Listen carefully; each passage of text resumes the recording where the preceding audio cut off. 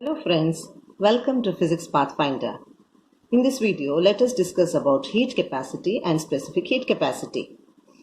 Let us consider two substances. One is copper, another is aluminium. Now, I want to raise the temperature of both these metals by, say, 1 degree Celsius. I want to raise the temperature means delta T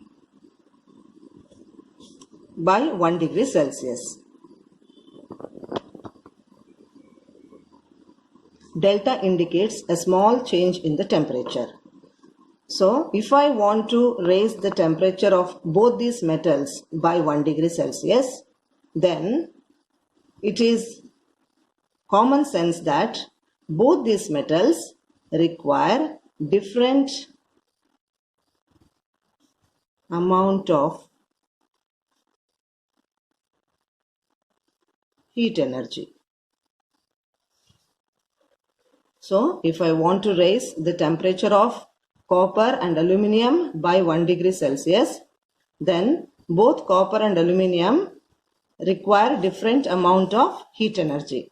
This property of the substances is called heat capacity. It is best expressed in terms of heat capacity. Now, let us define what is heat capacity. Heat capacity is the amount of heat energy required to raise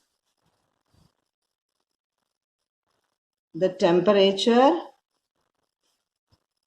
of a substance by 1 degree Celsius is called heat capacity. This is the definition of heat capacity. Therefore, I can write it like this. Heat capacity is equal to amount of heat supplied by rise in temperature. This heat capacity is denoted by the letter C dash. C dash is equal to amount of heat supplied is denoted by Q and rise in temperature is denoted by delta T. Therefore, C dash will be equal to Q by delta T. This is the expression to calculate the heat capacity of a substance. Now, if you go for the units of heat capacity, we know that the heat energy can be expressed in terms of joules.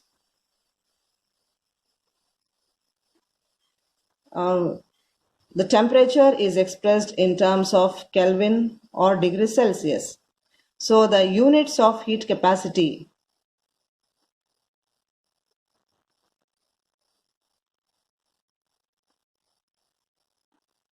will be joule per Kelvin or joule per degree Celsius. Now, let me give you one example. The heat capacity of a substance is 30 joule per Kelvin.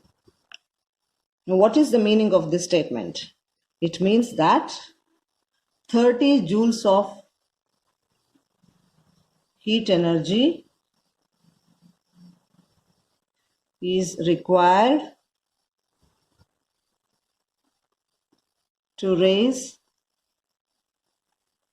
the temperature of the substance by 1 Kelvin. So this is about heat capacity. If we express heat capacity in terms of unit mass, then it becomes specific heat capacity. So heat capacity, when expressed for unit mass, is called its specific heat capacity.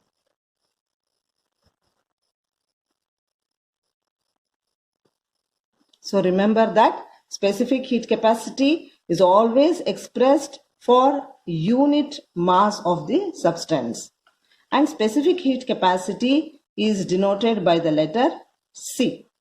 Now, specific heat capacity is equal to heat capacity by mass.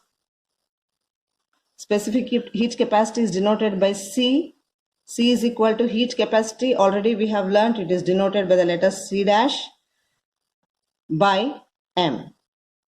But we know that C dash is equal to Q by delta T.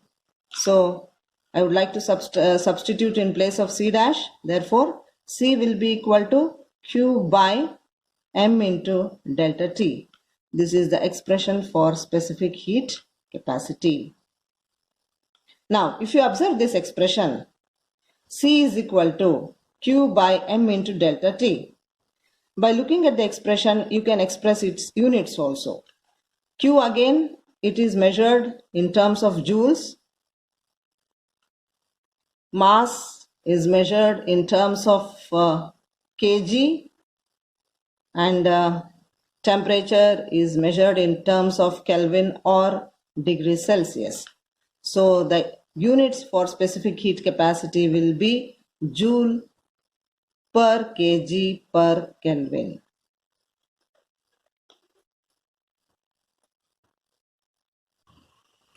So specific heat capacity, the formula would be Q by M into delta T. Now at this juncture, let us define what is specific heat capacity. Specific heat capacity is the amount of heat energy required to raise the temperature of unit mass of a substance by 1 Kelvin or 1 degree Celsius. So let me write it for you.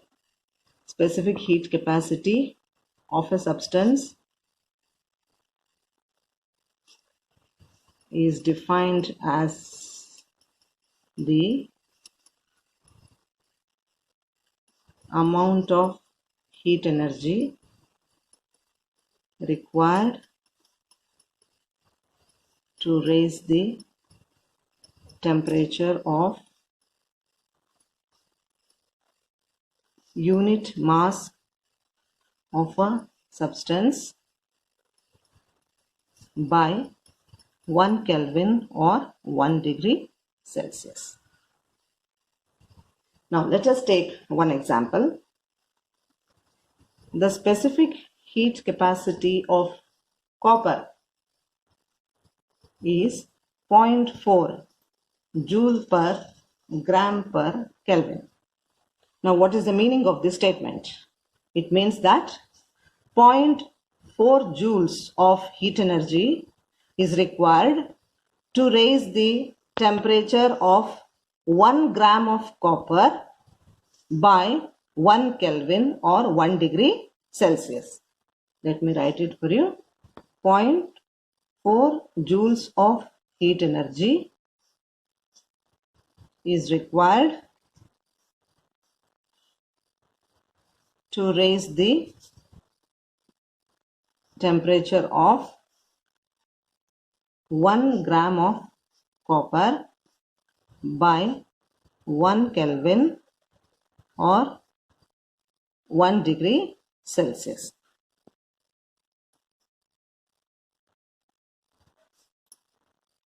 Now here you must note that the specific heat capacity is always defined for unit mass of the substance. Okay, so now we have learned two concepts, two physical quantities. One is heat capacity and another is specific heat capacity. Always remember that heat capacity depends both on the substance and also the mass. Heat capacity, that is C dash, depends both on substance and mass, whereas specific heat capacity does not depend on the mass, but it is a characteristic property of the substance. Specific heat capacity is defined for unit mass of a substance only. This is very important.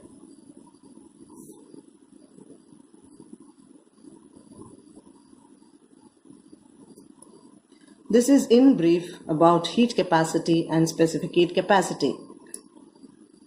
To understand the concept better, please try to interpret the meaning of the following statements.